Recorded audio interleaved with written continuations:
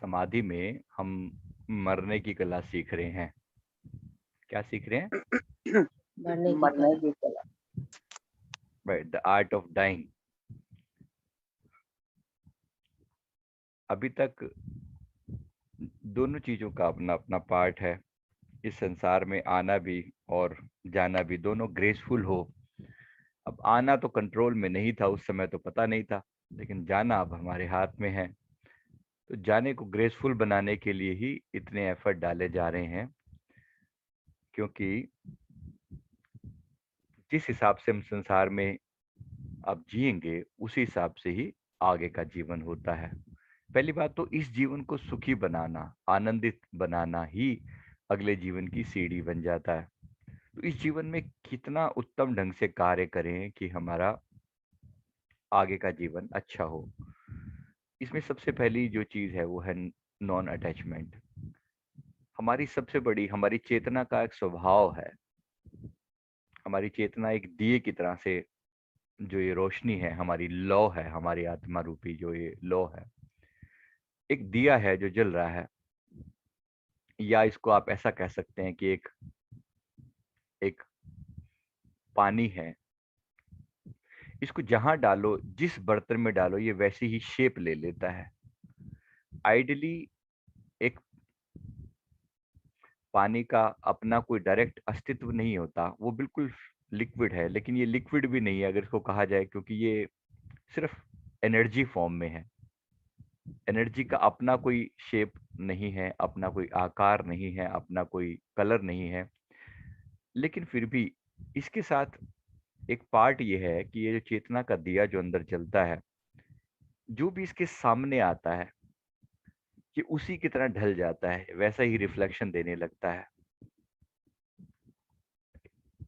Right. तो इसके साथ क्या, जैसे अगर आपके सामने कोई प्रेममयी इंसान बैठेगा तो आपके अंदर का भी प्रेम जागना शुरू हो जाएगा।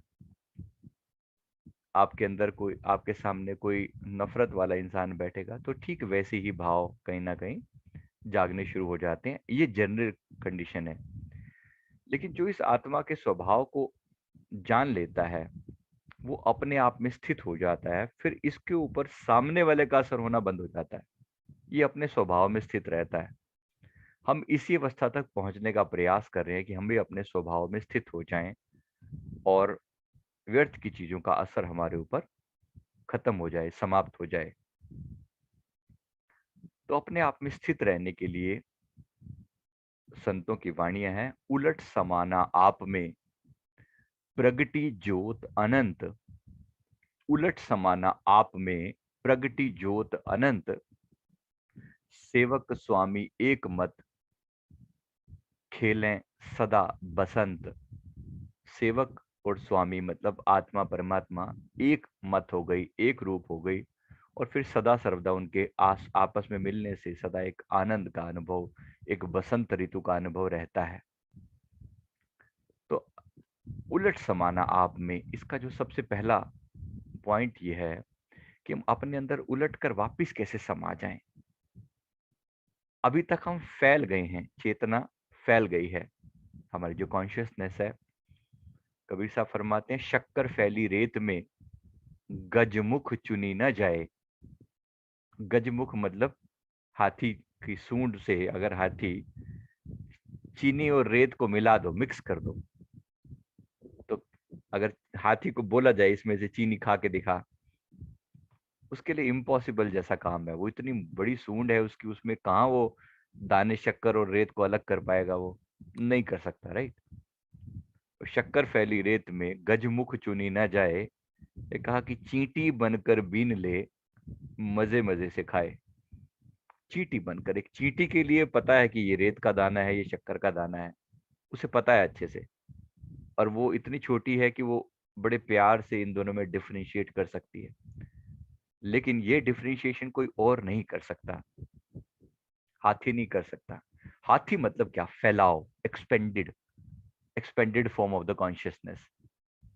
वो फैला हुआ है इस संसार में। इसी प्रकार परमात्मा रूपी आनंद बिखरा पड़ा है।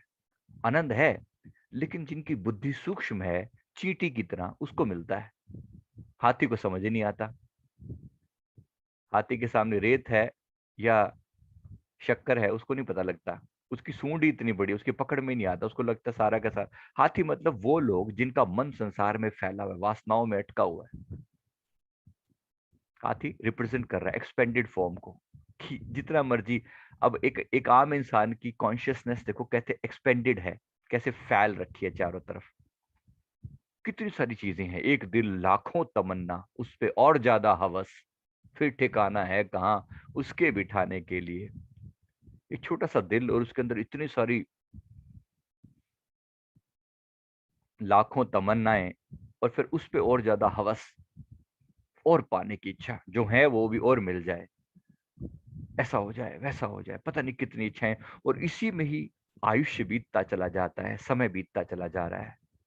एक उम्मीद लगी रहती है कि बस ऐसा हो जाएगा ना तो सब सुखी हो जाएगा, वैसा हो जाएगा ना बस सब सुखी हो जाएगा। उसके बाद फिर बैठ के बड़े प्यार से मेडिटेशन करेंगे, कुछ नहीं होता उसके बाद, फिर कुछ नहीं होता, कहीं नहीं होता। जो थोड़ा बहुत अब हो रखा है वो तब कभी नहीं हो पाएगा जब आपकी वो बात पूरी हो जाएगी, नहीं हो पाएगा। जो करना है वो अभी करना है। इसी फ्यूचर की इच्छा में, जिसको एक आशा बोलते हैं ना, आशा, जो मन की आशा जो है वो मार देती है ऐसे करके, वो आगे आगे दिखाती रहती है। आगे आगे जैसे वो कैरेट होती है ना, वो खरगोश के आगे वो कैरेट बांध देते हैं, वो भागता है उसको लेके, वो बस आगे, थोड़ा सा आगे, थोड़ा सा आगे चल, बस सुखी सुख है उसके बाद, थोड़ा सा आगे बस। एक बार ये काम हो जाए जिंदगी में, बस उसके बाद बैठ के बस यही करेंगे, बैठ के मेडिटेशन करेंगे, राम नाम जपेंगे, ऐसा करेंगे वैसा करेंगे। किसी का वो टाइम कभी आ ही नहीं पाता। इसीलिए जितनी जल्दी सचेत हो जाएं उतनी जल्दी अच्छा। धन्य है वो लोग जिनको बैठ के हम जीवन में सामने समझा रहे हैं, ये समझ लो। मृत्यु के बाद भी एक क्लास लगती है, लेकिन तब उसकी समझ में क्या आएगा और करेगा क्या वो। हमारे गुरुदेव लेते हैं क्लासेस उनकी, मरे हुए लोगों की भी, लेकिन फिर क्या, फिर किसको समझाया जाए? तो जिसको समझाना था वो तो वो गया काम से। अब क्या समझाया जाए, किसको समझाया जाए? जीवन था तो कहा जा सकता था कि कुछ एक्शन आइटम है, डुएबल है। वो रहा ही नहीं है तो फिर क्या, क्या एक्शन आइटम बची? कुछ भी नहीं बचा। तो अब कुछ डुएबल नहीं है रहेगा। जब लग देह में प्राण है, देह देह कछु दे। कुछ दिया जा सकता है, कुछ किया जा सकता है। नहीं रहेंगे प्राण, फिर कौन कहेगा दे, कौन कहेगा? मृत इंसान को कैसे भी बिठा दो, कैसे भी कहीं भी डाल दो, किसी भी कोने में डाल दो, क्या फर्क पड़ता है? क्या फर्क पड़ता है? जैसे मृतक के ऊपर कोई श्रृंगार कर दो, सुंदर फूल चढ़ा दो, लाल चढ़ा दो कि पीले चढ़ा दो, कोई फर्क पड़ता है? मुर्दा उठ के बोल रहा है कि भाई ये नहीं वो चाहिए? अब तो चाहिए क्या? जिसको चाहना था, जो अंदर चैतन्य था, उसको चाहिए था। अगर वो चाहता तो बात अलग थी, उसने चाहा नहीं तो फिर बाकी क्या चाहत बची? इसलिए जरा ध्यान से, बड़े प्यार से इस संसार में ऐसा व्यवहार करना जैसे समेट लेना है अपने आप को, उलट समाना आप में, उलट कर अपने ही भीतर समाहित हो गए। प्रगति ज्योत अनंत, अपने भीतर एक ऐसी दिव्य ज्योति प्रकट होती है। उसके बाद फिर सदा आनंद यहाँ भी रहता है और फर्दर आगे भी आनंद ही रहता है। तो इसमें इसके लिए ही सारा प्रयास किया जा रहा है। योग समाधि मतलब क्या? योग समाधि यानी उसी जगह पर योग करने का प्रयास, जुड़ जाने का प्रयास, जीते जी इस बात की समझ विकसित करने का प्रयास कि मरना है, मरना है, और मरने में ही सम्यक समाधान, सारा समाधान मरते हुए निकल जाए।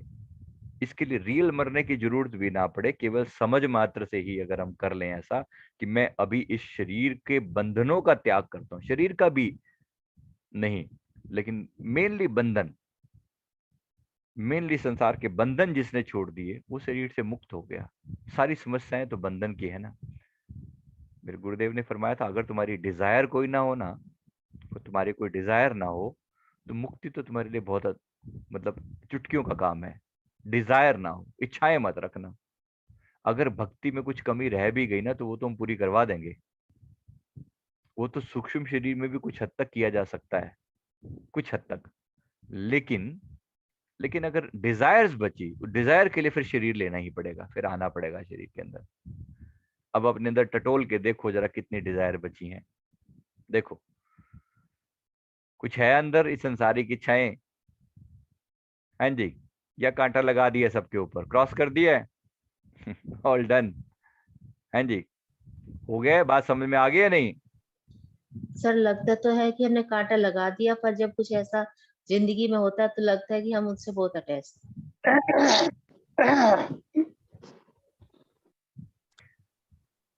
तो इसका मतलब बात पूरी नहीं हुई है ना, बारी पूरी करने की जरूरत है, एफर्ट लगाने की जी। जरूरत है। जी अटैचमेंट सर। का मतलब यही है कि जब कोई चीज आपसे अलग हो तो फर्क ना पता चले, एक मन में कांस्टेंट ये बना बना पड़ा रहे, वो जिसको अब ये पता है कि बाहर कुछ सुख है, वो उससे अटैच होगा। देखो एक व्यक्ति सामने, एक व्यक्ति की मृत्यु होती है, सब लोगों का अपना अपना भाव है, जो आसपास में खड़े हैं, जो सबसे ज्यादा अटैच है वो सबसे ज्यादा रो रहा है। जिसको जिसको उससे कोई खास कंसर्न नहीं है, वो सामने खड़ा होकर भी उसको कोई, उसने चाहे सारा इंसिडेंट सामने भी देखा हो, उसको कोई असर नहीं पड़ता, कोई लेना नहीं है, कोई देना नहीं है। जो अटैच है वो कितनी दूर भी बैठा हुआ है, उसको बड़ा कंसर्न है उसके साथ। सारी समस्या इसी बात की है। तो जो हाजिर, जो जो सामने है, वो सामने होकर भी वो ना हो, नहीं हो सकता उनके। तो अटैचमेंट का सारा, अब किस तरीके से इसको दूर किया जाए? जब आपने उम्मीद छोड़ दी, फिर उसके बाद परमात्मा भी परीक्षाएं लेता है, देखता है कि वास्तव में ये बंदा डिटैच है अथवा नहीं। आपको अनेक तरीकों से टटोल टटोल के देखा जाता है। फिर जब विश्वास आ जाता है नेचर को, कुदरत को, परमात्मा को कि बस आप डिटैच हो, फिर आपको आगे का रास्ता दिया जाता है। अब दोनों चीजें एक साथ चलती हैं, या तो आप बाहर से डिटैच हो जाओ तो भीतर अपने आप आपका मन लगना शुरू हो जाएगा, या भीतर मन लगा लो तो बाहर से आप डिटैचमेंट अपने आप आनी शुरू हो जाएगी। तो दोनों बात एक साथ घटित होती हैं।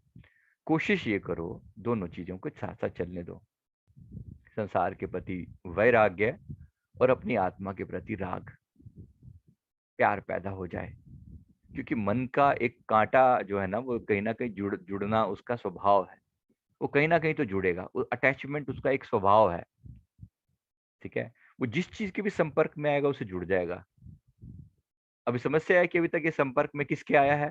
इस संपर्क में केवल संसारी लोगों के संपर्क में आया है, ये संतों के संपर्क में नहीं आया, ये परमात्मा के बंदों के संपर्क में नहीं आया, ये गुरुजनों के संपर्क में नहीं आया। अब जैसे जैसे आता जाता है तो उसका अटैचमेंट वहां से वहां होना शुरू हो जाता है। गुरु नानक साहब जी फरमाते हैं, नानक कचड़ियां स्यों तोड़, ढूंढ सज्जन संत पक्या। ऐसे कच्चे लोगों से रिश्ता तोड़ और सज्जन संत, ऐसे संतों से रिश्ता जोड़ जो पक्के हों। कहते ये जीवंदिया विछड़न ओ मोया ना जावन छोड़। ये जीते जी बिछड़ जाते हैं संसारी लोग, और वो ऐसे हैं जो मृत्यु के बाद भी साथ नहीं छोड़ते, वहां पे भी साथ लेकर साथ में खड़े होते हैं, वहां पर भी साथ खड़े होते हैं कि जिथे लेखा मंगिए तिथे खड़े दिसन। वहां पर भी साथ होते हैं। अगर जब भी हिसाब किताब होता है तो गुरुदेव बांह पकड़ के खड़े होते हैं, मेरा बंदा है, हाथ मत लगा दियो। तो गलतियां अगर हों भी, बाई एनी चांस कुछ जीवन में मिस्टेक्स भी हुई भी हों, और किसी कारण से अगर काल से वास्ता पड़ ही जाए, तब भी गुरुदेव हाथ पकड़कर खड़े होते हैं कि मेरा बंदा है, हाथ मत लगा देना। और गलती से कभी लगा देता है ना, तो काल भी थर थर कांपता है जब गुरुदेव आ जाते हैं। मैंने कई बार अनेक लीलाओं में बताया है गुरुदेव की पवित्र दिव्य लीलाओं में, कि वो किस प्रकार से अपने पर्सन की, अपने बंदों की रक्षा करते हैं, और ये बहुत बड़ी बात है। तो अब ये भाव अपने मन में ये समझ लें अच्छे से कि ये बहुत बड़ी ब्लेसिंग है, ये बहुत बड़ी कृपा है कि हमें समझ आ गई है, और साथ ही साथ गुरु जनों का साथ मिल गया है। तो कनेक्ट होना आसान है, डिटैच होना भी और अटैच होना भी आसान है। अटैच किससे हो रहे हैं? अटैच सिर्फ और सिर्फ हम अपनी आत्मा के साथ हो रहे हैं, और आत्मा को रास्ता दिखाने वालों के साथ हो रहे हैं। बस वो कौन सा, मतलब आपकी अटैचमेंट को पकड़ के कोई नहीं बैठता, सीधे सीधे वो आपको अपने आत्मा के साथ ही जोड़ देते हैं। तो धीरे धीरे इस चीज को समझ लेना है अभी, और ये पूरा चांस दिया गया है, एक आध साल नहीं, आपको कई साल मिले हैं, कई अच्छा खासा टाइम पीरियड मिला है अपने आप को इस प्रोसेस को करने के लिए। देखो, जिस जिस इंसान को चुना जाता है ना मुक्ति के लिए, उसको जीवन, पूरा जीवन ही इस पे बेस्ड होता है। सारे जीवन में जिस जिस चीज से आपको अटैचमेंट रही होगी ना, वहीं वहीं से तोड़ा जाता है। इसको अच्छे से समझ लो। सारे रिश्तों, अगर आपको रिश्तों से अटैचमेंट है, तो रिश्तों आपके डेफिनेटली आपको दुखदाई होंगे। ये बात समझ में आ गई है या कुछ पेंडिंग है अभी इसमें? राइट।